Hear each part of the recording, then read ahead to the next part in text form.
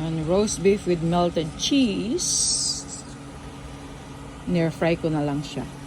That's for my breakfast. Simple and easy. Alright. Sarap po. Nilagyan ko ng mayonnaise. Ay, nag-aano ko ng roast pork doon.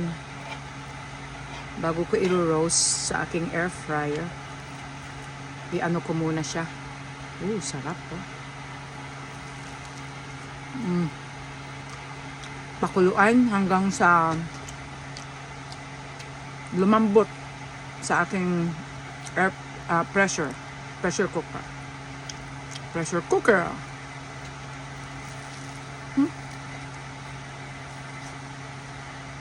Ayun, sarap ng breakfast.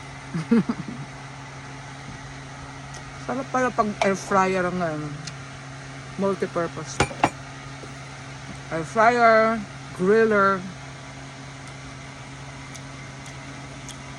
Ito naman mga aso ko. Gusto nila. Puro fried chicken na lang. Ayaw na nila ng dog food.